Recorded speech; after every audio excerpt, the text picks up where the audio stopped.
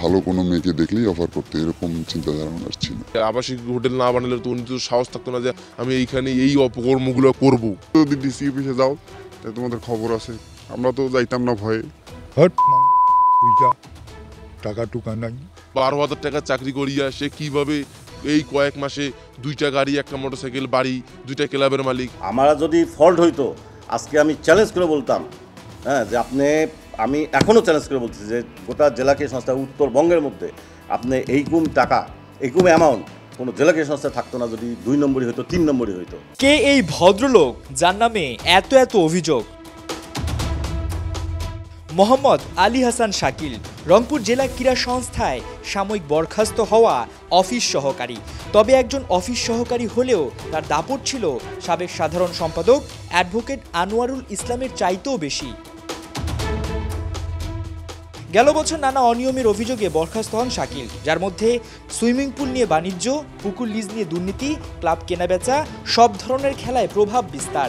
Office সহকারী হয়ে সাধারণ সম্পাদক পরিচয় ব্যবহার করা ছাড়াও গুরুতর অভিযোগ নারী কেলেঙ্কারিতে জড়িত ছিলেন তিনি। লেভেলে যখন খেলাগুলো চলতো সে অফিস সহকারী হলো, সে সিলেকশনের সময়ও প্লেয়ার কোচদেরকে প্রভাবিত করতো যে এই প্লেয়ারকে নিতে হবে, এই প্লেয়ারকে রাখতে হবে, হ্যাঁ, একে আম্পায়ারিং দিতে হবে, একে আম্পায়ারিং দেওয়া যাবে না।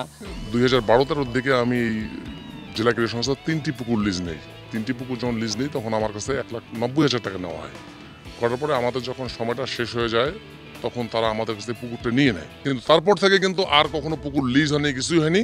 সেগুলো তারা দীর্ঘদিন নিজেরা ব্যবহার করছে, নিজেরাই জেলা ক্রীড়া সংস্থাকে টাকা পয়সা দেয়নি, সরকারকে ট্যাক্স দেয়নি, ভ্যাট দেয়নি, কোনো কিছুই দেয়নি। তারা এইভাবেই এতদিন তারা চালাইছে। সবচেয়ে কষ্টের বিষয় দেখা যায় রোলারটা, এটা ক্রিকেট বোর্ডের রোলার, এই রোলারের ব্যাটারিটা সে ব্যাটারি খুলে এসে তার পার্সোনাল গাড়িতে লাগাইছে।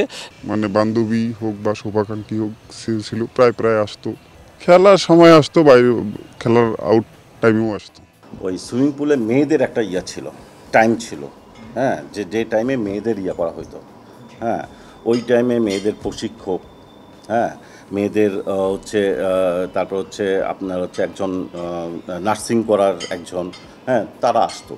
দুপুরে একজন আসছে বা সে চলে গেছে, বা বিকেলে একজন আসছে, সন্ধ্যার পরে চলে গেছে, এরকম ওনার বান্ধবী 2-4 জন আসতোই প্রতিনিয়ত। তো আমরা দেখতাম যে গার্জিয়ানরা যখন আসতো উনি ওনাদের সঙ্গে খুব ভালো একটা গল্পে লিপ্ত হইতো, আর এমনভাবে গল্প করতো যে সে ওনার নিজের কেউ বা রিলেটিভ কেউ এরকমভাবেই গল্প করতো। এর বাইরে কর্মচারীদের বেতন মেরে দেওয়ার মতো অভিযোগ আছে তার নামের পাশে। আমার মেলা টাকা খাইছে শাকিল। ওই ক্রিকেট গিয়ারে না আমাকে 1 মাস রাখছিল, 700 টাকা ডেলি দিত, 1 পয়সাও দেয়নি আমাকে, বুঝছেন। তারপরে এইখানে আমার কাম করাইতো, কোনো দিন 50 টাকা দিত, কোনো দিন দিত না।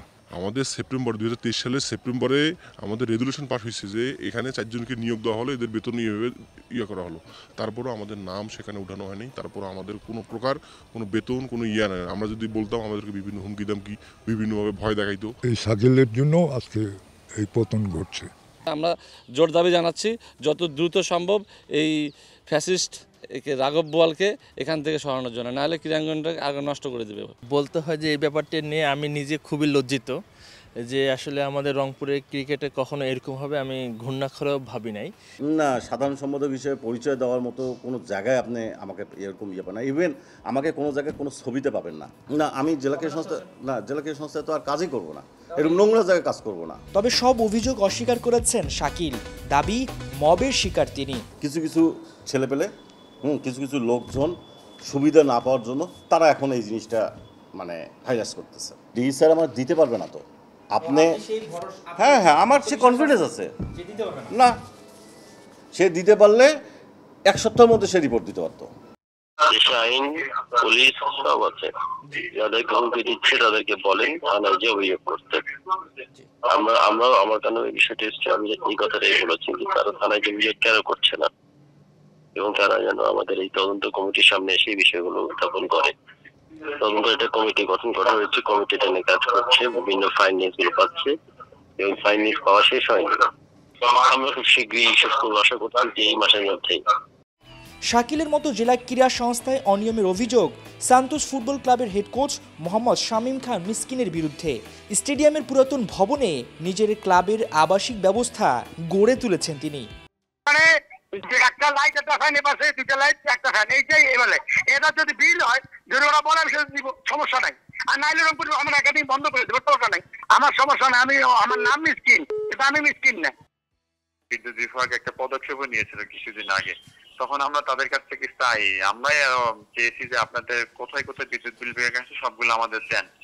তো আমরা প্রত্যেকটা বিল্ডিং এ দেখলাম যে অনেকগুলো টাকা করে বিদ্যুৎ বিল বাকি আছে আর কি। আর থাকার বিষয় এটা তো বললাম আর কি, যদি পূর্ববর্তী কোনো সভাপতি মহোদয় কিংবা সেক্রেটারি মহোদয় অনুমতি দিয়ে থাকেন মৌখিক কিংবা লিখিত, সেটা ওনার পক্ষ থেকে উনি দেখাবেন। আর না যদি দেখাতে পারেন, আমাদের যে বিধি অনুযায়ী এনএসসির যে আইন অনুযায়ী যেটা হবে সেই হিসেবে তখন এই কমিটি পদক্ষেপ নিবে, আমি আশা করি আর কি। হাসান সজীব, ৭১, রংপুর।